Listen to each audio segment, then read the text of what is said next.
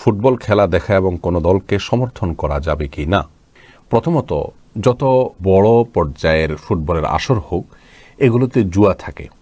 জুয়ার বাইরে এগুলো থাকে না বললেই চলে। সেই সাথে এখানে সতর উন্মুক্তকরণের একটা ব্যাপার থাকে।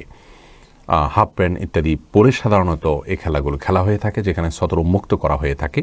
সেই সাথে নারী পুরুষের অবাধ মেলামেশার বিষয়টি থাকে এবং গান বাদ্যযন্ত্রের ব্যবহার তো আবশ্যিকভাবে থাকে। সেই সাথে সময়কে নষ্ট করা হয়। সবচেয়ে বড় বিষয় হলো ইমানদারের যে ইমানি চেতনা, সেটা নষ্ট হয় এবং সময় অপচয় হয়, সময় নষ্ট হয়।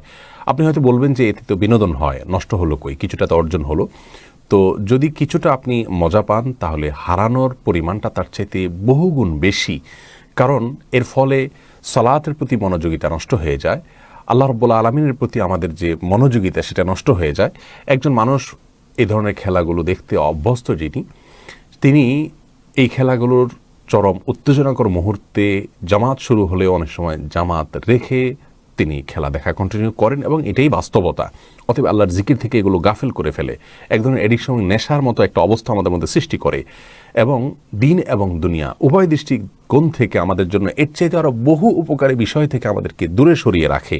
সেই সাথে এগুলোর ফলে গীবত, শেকায়েত, পরনিন্দা, শত্রুতা, একে অন্যের বিরুদ্ধে লাগা এবং পক্ষ বিপক্ষ অবলম্বন করে ফেসবুকে, সোশ্যাল মিডিয়াতে বা অফলাইনে অনলাইনে মারামারি, গণ্ডগোল, ফাসাদ এগুলো হয়ে থাকে।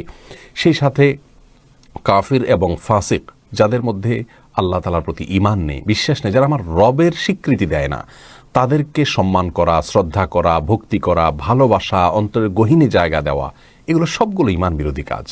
আপনি যদি খুব বেশি উদার হন, যেই উদারতার সবকটা মূলত ইবলিস এবং শয়তান দিয়ে থাকে, তাহলে সেক্ষেত্রে ঈমানদার হওয়ার কোনো সুযোগ আপনার নেই। প্রিয় দর্শক, রবের স্বীকৃতি যদি কেউ না দেন, সে কখনো আপনার আপন হতে পারে না। আপনার বাবা বা আপনার মায়ের জন্ম নিয়ে বা আপনার জন্ম নিয়ে যদি কেউ সন্দেহ করে, আপনার জন্মের স্বীকৃতি যদি কেউ না দেয়, আপনি তাকে কখনো আপন করতে পারেন না। সেখানে আপনার রবের স্বীকৃতি যদি কেউ না দেন, তাকে আপনি আপন কিভাবে করেন? এই সমস্ত খেলাগুলো দেখার মাধ্যমে বিভিন্ন কাফির, অমুসলিম এবং আল্লাহ তাআলার প্রতি অবিশ্বাসীদের প্রতি এক ধরনের ভালোবাসা তৈরি হয়, যা আমাদের ঈমানের জন্য ক্ষতিকর এবং ঈমানের যে ওয়ালা বারা, এর সাথে অসঙ্গতিপূর্ণ। সেই সাথে আব্দুল্লাহ ইবনে মাসউদ রাদিয়াল্লাহু তাআলার একটি কথা আমরা এখানে উল্লেখ করতে চাই। তিনি বলেছেন, মান কাসসারা সাওদা কওমিন ফাহুয়া মিনহুম, যে ব্যক্তি কোনো দলের দলভারী করে সে তাদের অন্তর্ভুক্ত হয়ে যায়। এসব কারণে একজন মুসলমান এই সমস্ত খেলাধুলাগুলো দেখতে পারে না। ইবলিসের চক্রান্তের অংশ এগুলো। মানুষকে আল্লাহর জিকির থেকে গাফিল করার জন্য এসব আয়োজন সে করেছে। সে আমাদের হিডেন শত্রু।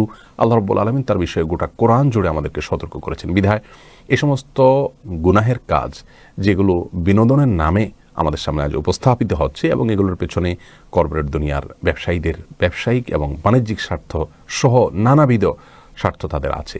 যাই হোক, সবচেয়ে বড় কথা হলো একজন ইমানদারের জন্য এতগুলো গুনাহের আয়োজন যেখানে থাকে, সেটিকে অনুসরণ করা কোনো অবস্থাতে জায়েজ নয়। আপনি নিজে শরিয়ার নীতিমালাকে অনুসরণ করে দ্বিপাক্ষিকভাবে কোনো প্রকার লেনদেন ছাড়া, জুয়া ইত্যাদি ছাড়া আপনি নিজে এক্সারসাইজ করুন মাঠে, সেটি ভিন্ন বিষয়। কিন্তু এই সমস্ত খেলা দেখা আপনার জন্য জায়েজ নয়।